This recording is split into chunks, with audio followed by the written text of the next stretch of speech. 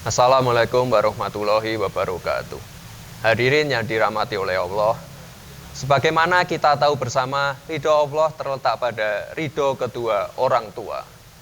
Untuk itu, penting bagi kita mengetahui lebih dalam mengenai apa keutamaan berbakti kepada kedua orang tua bersama Ustadz Zainal Ashrom, Ketua Syuriah MWCNU Pasar Kliwon, dan pengasuh Majelis Taklim Al-Fatih Solo Magelang. Assalamualaikum warahmatullahi wabarakatuh. Bismillahirrahmanirrahim. Alhamdulillahilladzi anzala as-sakinata fi qulubil mu'minin. Wassalatu wassalamu ala markazid dairatil irfaniyah wa mahbatil asrar wa tajliyatil ilahiyah Sayyidina Muhammadin sayyidis saqalain wa ala alihi alladhina dhaharu min arjasin nufus wa ashabihi alladhina hum litijani ahli ru'us.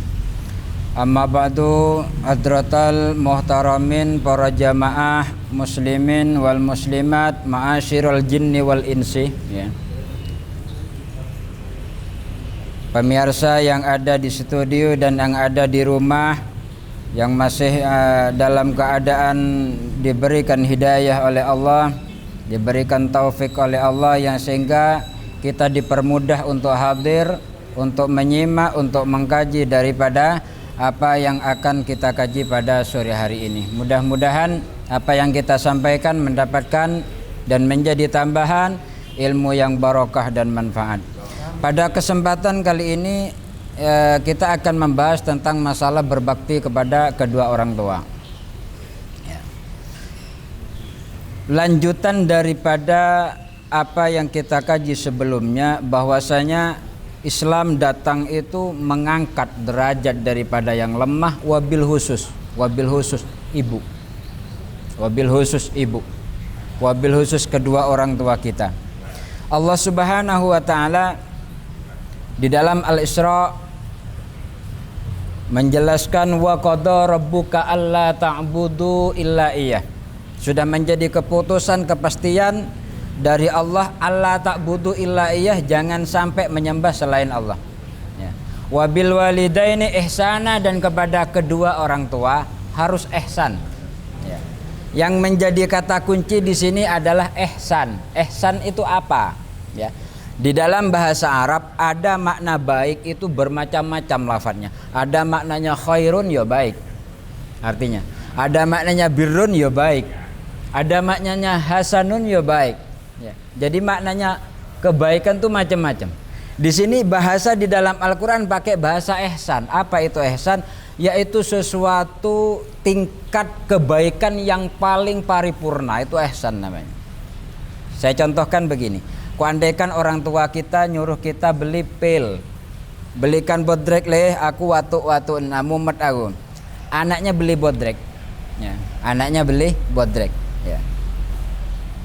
Tatkala beli bodrek, orang tua, lah kok beli bodrek? Aku nyuruh beli obat batuk, kok oskadon kok malah beli bodrek? Yang salah kira-kira siapa ini? Orang tua apa anak? Orang tua. Kenapa nyuruhnya beli bodrek, ya? Anak beli bodrek tenan. Nah, ini posisi anak salah apa benar? Benar. Tetapi karena urusannya dengan orang tua, ya, wabil walidaini ihsana, anak harus tetap mengalah. Ini namanya ihsan, ya. Kalau anak benar, ngaku benar itu bukan ihsan, ya. Anak salah, anak benar tetap ngaku salah, itu namanya ihsan. Makanya di dalam Al-Quran tidak ada istilah anak itu berkata wala taqul lahuma uf. Jangan sampai bicara uf kepada orang tua. Jangan sampai bicara hus kepada orang tua. Jangan sampai bicara hus kepada orang tua. Kenapa? Ancamannya luar biasa. Ancamannya luar biasa, ya. Tidak main-main. Kalau kita berurusan dengan Allah, dosa kita kepada Allah, siksanya besok di akhirat. Tapi kalau kita dosa kepada orang tua, durhaka pada orang tua, orang ngenteni sumben, neng dunya wis kualat, ya. Bahkan dalam salah satu hadis dikatakan orang yang lupa mendoakan orang tuanya, lupa, ya. lupa mendoakan orang tuanya, Allahumma ufir lahu, Allahumma ufir lana dunubana, biasanya begitu. Wali walidina, biasanya habis sholat kita mendoakan orang tua. Ini lupa, nggak mendoakan orang tua. Maka apa yang terjadi? Rezeki ini disuto karo Gusti Allah. Hari itu rezeki ini disuto. Lupa tidak mendoakan orang tua, apalagi sengaja. Apalagi memarahi orang tua, apalagi sampai membuat orang tua murka, sampai membuat orang tua menangis, sampai membuat orang tua sedih. Bisa kita bayangkan. Makanya ancaman yang paling parah, dia akan mati su'ul khotimah. Sebagaimana kita sering dengarkan sejarah, orang yang tidak mendapat ridhonya orang tua, maka dia akan mati dalam keadaan husnul khotimah, su'ul khotimah, sebagaimana sahabatnya Rasul sallallahu alaihi wasallam. Mengapa kita harus berbuat baik kepada orang tua? Ya. Mengapa kita selalu albir kepada orang tua? Karena begini, ya. Orang tua kita itu mengandung selama 9 bulan, ya. Kita itu banyak sekali hutang kepada orang tua. Baik itu hutang moral, terutama hutang material. Ya. Kok andaikan kita mau hitung-hitungan secara materi, ini cara bodon wil, ya. Ora usah nganggo hadis, ora usah nganggo ayat. Cara bodone wong sekarang itu, kalau kita mau menghitung urusan materi, hutang kita secara materi kepada orang tua, sekarang kalau pembantu umumnya di Solo berapa? 1.500 sampai 2.000? 1.500. Itu tugasnya ngepel, masak, nyuci. 1.500. Kalau 10 bulan 15 juta. Kalau setahun 18 juta. Kalau 10 tahun 180 juta.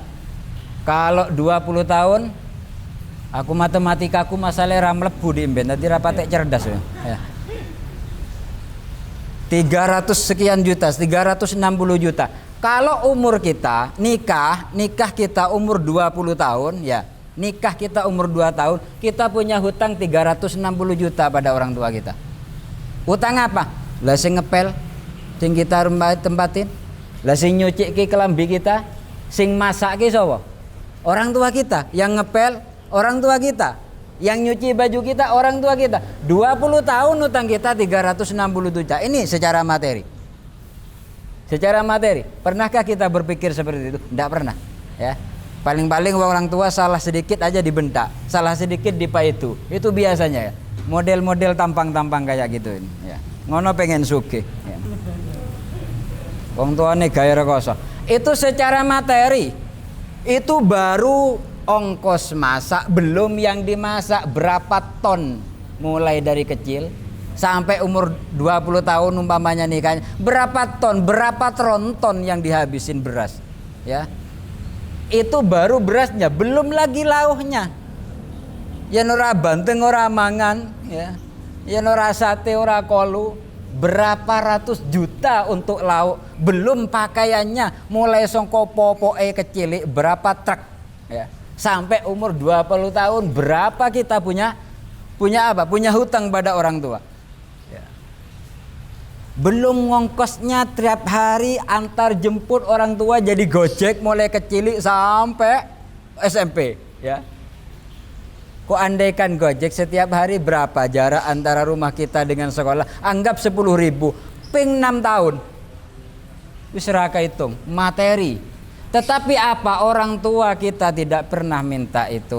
Orang tua kita tidak pernah menagih materi pada kita. Imam Ali karramallahu wajhah, menantu Rasul sallallahu alaihi wasallam, beliau mengatakan, kok andaikan dunia ini dan isinya. Dunia dan isinya.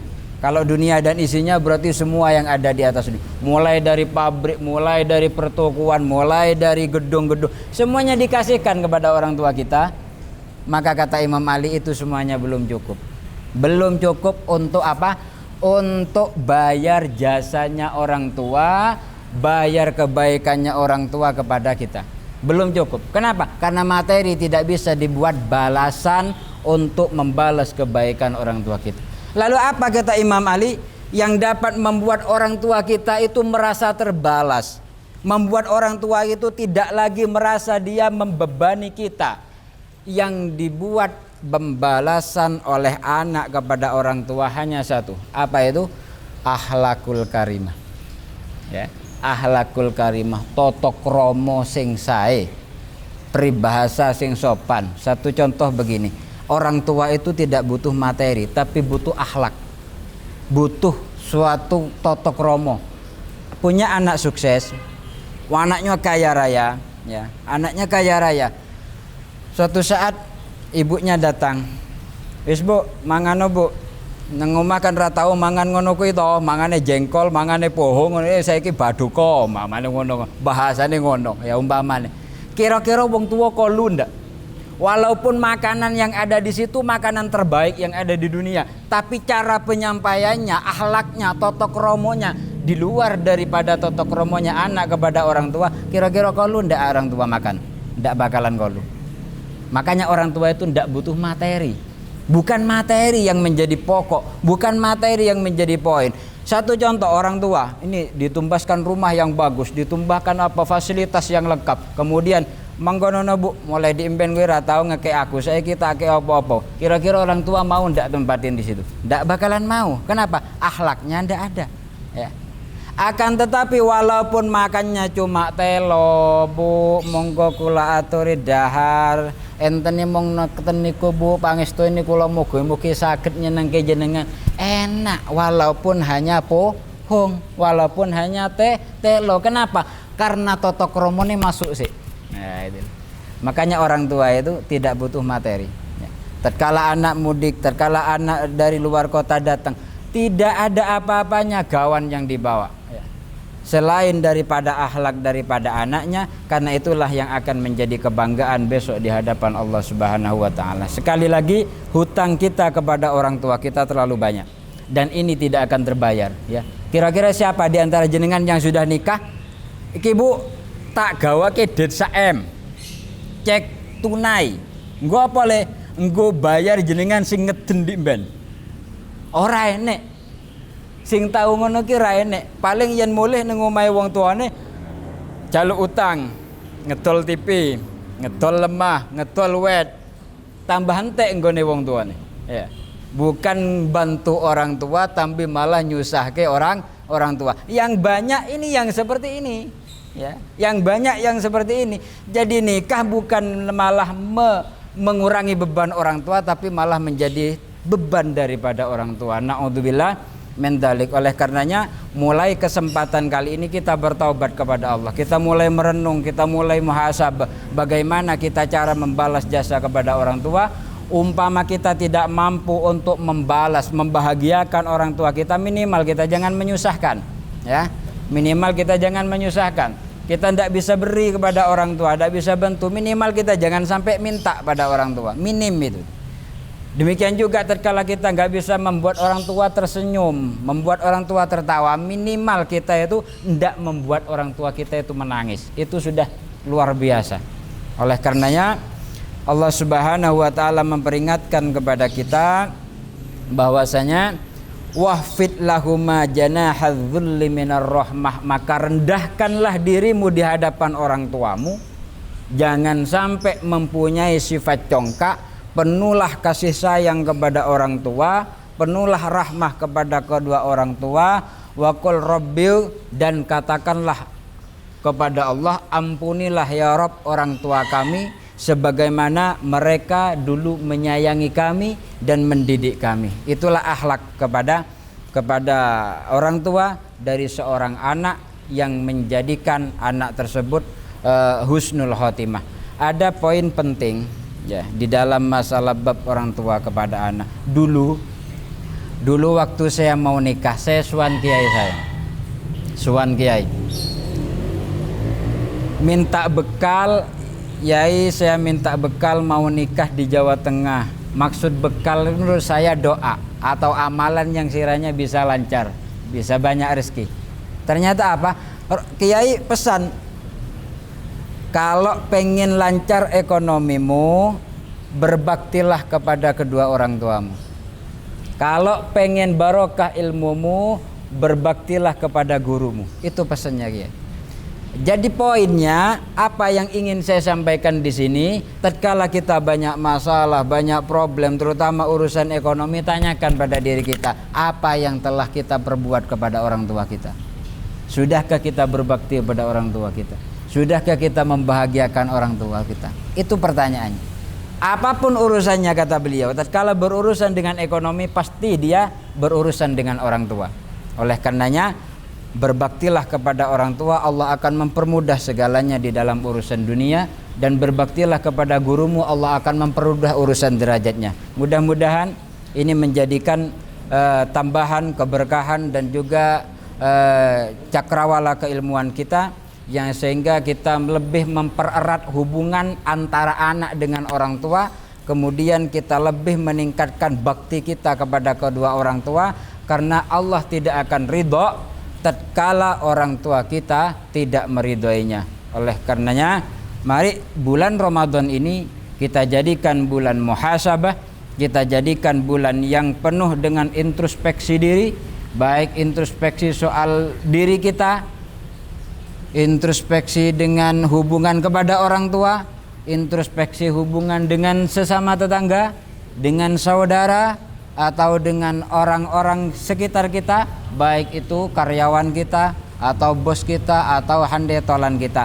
Ini yang harus kita perbaiki di dalam momentum Ramadan ini, yang sehingga apa yang menjadi pencapaian utama la'allakum tattaqun ini di dalam Al-Quran, kita berpuasa tujuannya biar kita itu menjadi orang yang bertakwa, dan ini akan tercapai, dan ini akan menjadikan buah daripada puasa kita, yang sehingga orang-orang yang ada di sekitar kita menjadi selamat, tidak menjadi beban dalam kehidupan kita, tidak menjadikan diri kita sebagai beban bagi kehidupan mereka, dan juga sebaliknya akan menjadikan diri kita sebagai pengayom, sebagai kasih sayang, sebagai rahmah di dalam lingkungan. Itulah makna daripada apa? Makna daripada bulan Ramadan yang berkaitan dengan orang tua. Kemudian yang bagian yang terakhir daripada bakti kepada orang tua ini adalah tatkala kita merasakan, ya, tatkala kita merasakan bagaimana seorang anak, ya, bagaimana seorang anak di saat dia masuk rumah sakit. Diceritakan di dalam sebuah kitab, ada orang tua masuk rumah sakit begitu. Dia punya anak sukses. Punya anak apa? Sukses, kaya raya anaknya. Ibunya itu ditempatkan di ruang VIP. Semua fasilitas luar biasa, serba istimewa. Mulai dari makanan semuanya. Keluar dari rumah sakit, ibunya pas ada di dapur dikasih kertas sama anaknya. Itu bu, kertas. Apa le? Ora popo mengcatatan, mbok diwoco wong abuk ra iso maca. Ora popo kan maca adik. Ternyata apa isinya? Ibunya pulang dari rumah sakit ternyata totalan, ya. Kamarnya sekian juta, perawatnya sekian juta, ya. Konsumsinya sekian juta. Semuanya dihitung. Ibu kaget nangis, Masya Allah. Tadi ku hitung-hitungan karo aku leh. Ya. Akhirnya apa? Ya wis catatan le, aku sing ngeden mbok hitung piro. Ya. Ya. Dimbene ibu sing ngeden mbok hitung piro le. Sing hamil 9 bulan mbok hitung piro per bulane. Ya. Kabeh dihitung karo boy. Sing ngopene kuwi kecilik, sing dulang kuwi, sing nyusone kuwi 2 tahun aku nyusone mbok hitung piro. Ya. Kabeh dicatat, kabeh ditotal. Kira-kira aku andaikan totalan, menang anak apa menang ibu? Menang ibu, ya. Kenapa? Karena satu tetes darah, kata Rasul, yang keluar dari rahimnya ibu tatkala ibu melahirkan, maka darah itu tidaklah cukup diganti dengan apapun yang ada di dunia ini. Satu tetes. Berapa tetes darah yang keluar? Satu tetes tidak akan cukup diganti dunia dan isinya.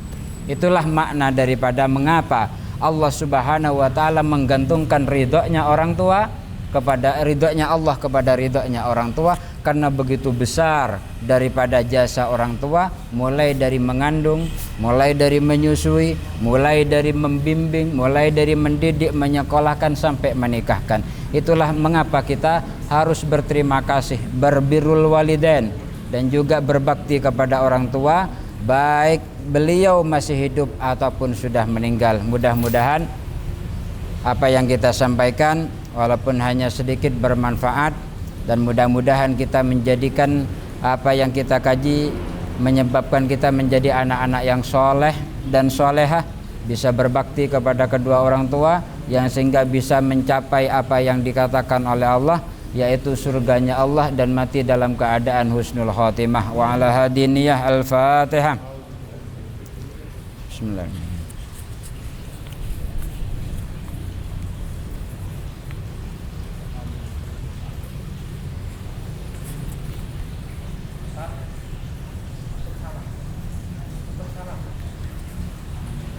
Walafu minkum, summa assalamu alaikum warahmatullahi wabarakatuh.